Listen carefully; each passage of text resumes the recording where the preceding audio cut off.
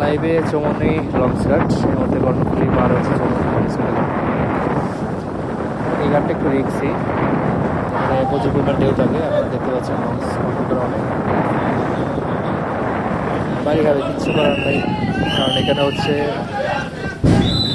এখানে পানির স্রোত অনেক বেশি থাকে, যার কারণে হচ্ছে এটা এই ঘাটটা কন্ট্রোল করা একটু কঠিন।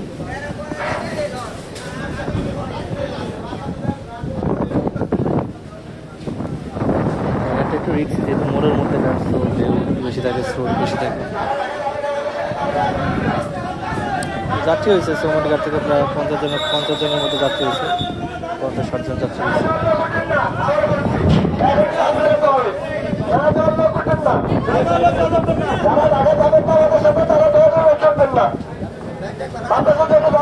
যারা